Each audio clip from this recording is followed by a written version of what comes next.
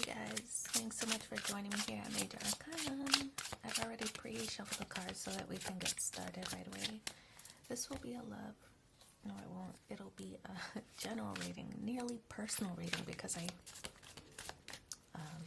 actually like these the most. I feel that they're the most helpful and I feel that we should just do one because it's been a while since I've published one of these for the collective.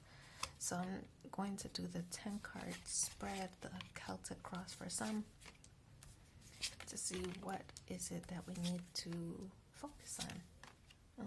Let me move these over here. Okay.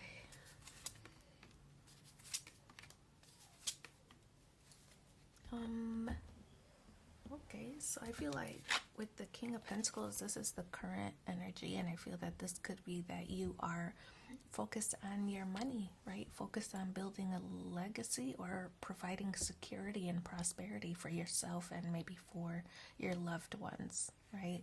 So I feel that's what the King of Pentacles is. But what's crossing you, I feel that maybe it means you have to sacrifice time, right? This is the challenge here. So you want to build a legacy, want to plan for the future, but I feel that with the Four of Wands in the challenge position, it could be that you sometimes have to juggle. You know, you sometimes have to prioritize maybe work over the relationship, and it could put you in a little bit of hot water with your loved ones, thinking that you are absent sometimes, or just not present enough, or you might be in a little bit of hot water if you have to prioritize. But I feel that for the overall good of your family or loved ones, I feel that you still want to plan for the future, and there are just some sacrifices you feel like maybe you can make up at a later time. So that's the what's going on in the challenge. And the grounding position, your foundation, your motivation, the Six of Pentacles, generosity. I feel like, okay, there might have been somebody who's supported you, or maybe you've supported somebody else as they navigated their own journey, maybe professional or educational, somebody who's done well. And I feel that the Six of Pentacles is you wanting to reciprocate. For example, your parents worked hard all their lives, and they really sacrificed a lot to make sure maybe you and your siblings, for example, had everything you needed. Warm home, good food, or whatever. They just sacrificed a lot, maybe had to work difficult jobs or whatever. And I feel that the Six of Pentacles is you wanting to repay them. So I feel that it could be you're trying to get a better job, or go to school to get a better job so that you can maybe treat them well, right? Help them maybe retire or something like that. So I feel that's this card. It doesn't have to be that situation. It could be even a mentor or a romantic partner of somebody who's supported you, and now you want to repay them for those efforts, right? So I feel that's what the Six of Pentacles is representing. Wanting to balance the scales. You don't really feel like you want to owe anybody. I feel that you just want to show your appreciation. So we have the Wheel of Fortune in the recent past. And the Wheel of Fortune represents some kind of change. And also, to me, I kind of feel like it's Jupiter energy, so wanting to expand. I feel like you're thinking the way for me to expand is to up my money game, right?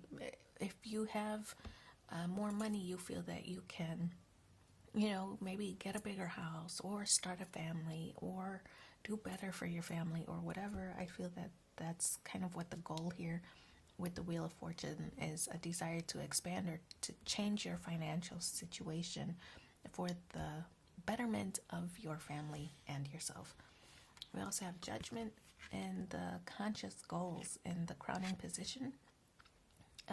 I feel that the Judgment card does represent finality. So I feel that there's some, maybe you're just tired. You know, so for some, it could be tired of living check to check and you just want to be a boss, maybe be your own boss. And so the Judgment card here is like a signal of that. You want to end a cycle of the way things used to be. I feel that this Judgment card, it's Pluto energy. It represents thinking be outside the box, beyond confining mindsets. Could be you want to start a business. Maybe there's a legal situation that, or maybe you have to sign some legal documents in an effort to make this successful, but definitely some kind of ending from the old way of doing things so that you can ascend, so that you can grow, so that you can offer a better version of yourself in the future. So in the immediate future is the Ten of Swords, the end of a painful cycle. This represents healing. I kind of am getting the vibe of like, you know, you just don't want things to repeat. You don't want cycles to repeat, and whether it's generational cycles or, you know, financial cycles or whatever, you don't want things to repeat. I feel that you want to offer a more improved version, like your life 2.0 for the next generation. And I feel that's what this Ten of Swords is representing. You want to break old habits or break old cycles. Your energy, Two of Swords. The Two of Swords is making a decision, right? And again, I feel that it comes back to having to balance personal life with work life. And there's certain things that need sacrifice. And I feel that you're having a difficult time explaining or expressing that. So I feel that's what this Two of Swords is representing. I don't think you want to give up your goal, because you know that it will benefit the one who kind of has a problem with it, right? So I feel you're not really ready to give up. I feel that you're trying to find out another way to explain why this is so important to you.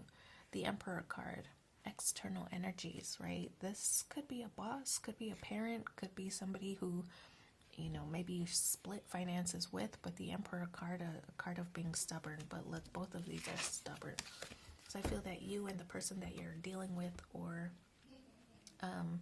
focused on also has a stubborn mentality. I mean, we see that here with the bull here, bull-headed, and also the ram here, hard-headed, right? So I feel that you both are having difficulties understanding at this time how the other feels, right?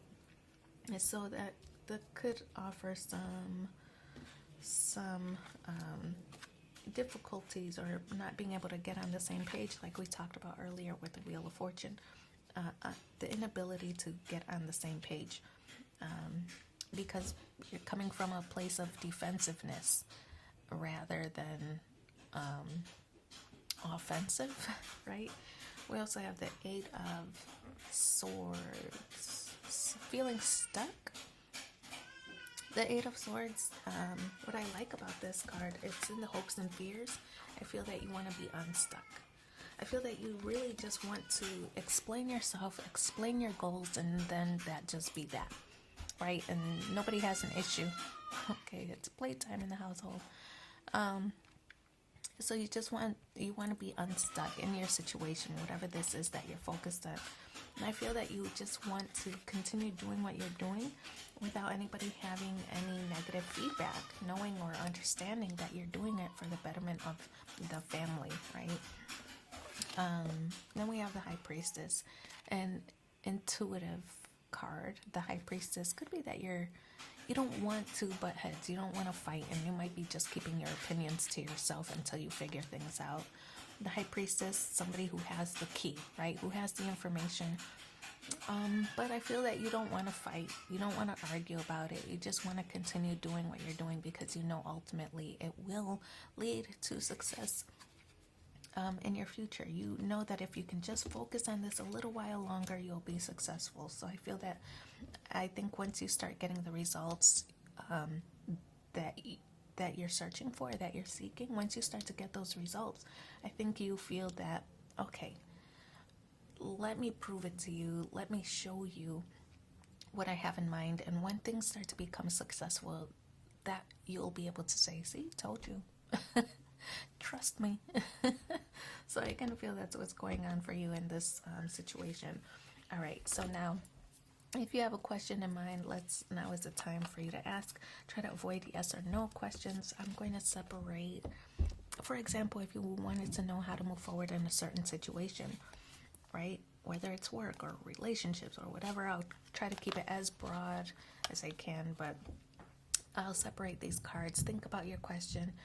The first pile will be the planets, which talk about your motivation. Why are you asking the questions? Why do you need direction in this situation? The next pile is the zodiac signs, which talk about how you should move forward in that certain situation. And then the last pile is the earth elements, how you should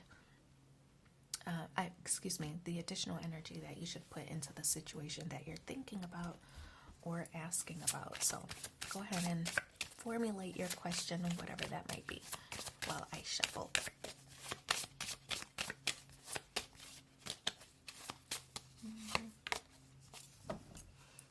Jupiter.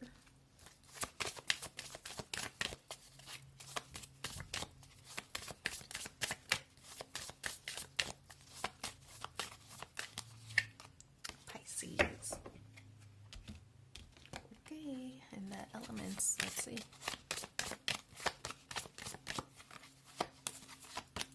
Fire, okay. Fire, water, fire, okay then.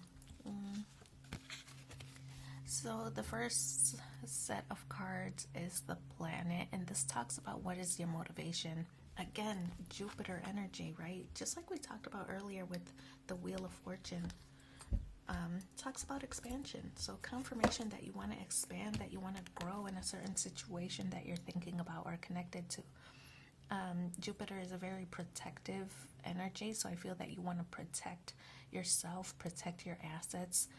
In situations of love or romance, you want to protect your heart. But I feel that you know what's best for you, right? And we see that with the High Priestess. You know what's best for you. And I feel that this card is signaling that your motivation is, you know what you want to do, you just want others to be on board, right? Those who are also affected by the situation. I feel that you want them to be on board with your plan. Pisces energy, how you should move forward. It's kind of a signal that says, what would Pisces do, right? Pisces, just like this High Priestess, is water energy. It's the moon. And I feel that this card does represent, being vulnerable. Okay, so in this situation, your advice would be to be vulnerable, to express yourself. I feel that when you speak from the heart, you can never say the wrong thing. And I feel that if you're able to, rather than from a place of being defensive about your plan and being hard-headed, like we saw earlier with the Emperor and the King of Pentacles, rather than taking that approach, I feel that this Pisces card is signaling that you should have the conversation from a place of vulnerability. If, for example, you experienced in your childhood poverty, right, and you talk to the person who's showing some resistance, who's giving you a little bit of a headache about you're spending too much time at work, or you're not here at home with the family, or whatever it is.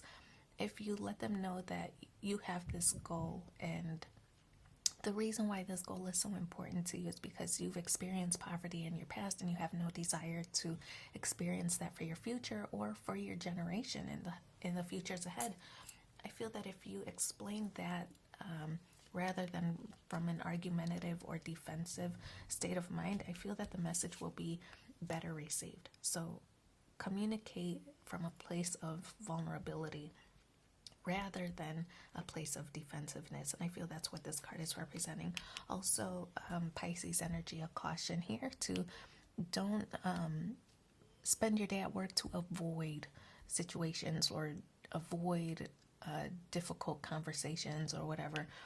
Pisces could sometimes represent a sense of escapism. So don't work just to work, just to get away from the problems. Work because there's a real goal that you're aiming to achieve. Then we have the fire. Okay, fire. Fire energy, which signals passion and action, taking matters into your own hands. So I feel that, yeah, you do have control over a situation. I feel that there is something that you're passionate about, something that you really want to see come to fruition. And I feel that this fire energy is saying to focus, right? To focus on the plan that you've set for yourself, and to, I feel that it's like checking off boxes. You know, if there's goals, don't aim straight for the big goal.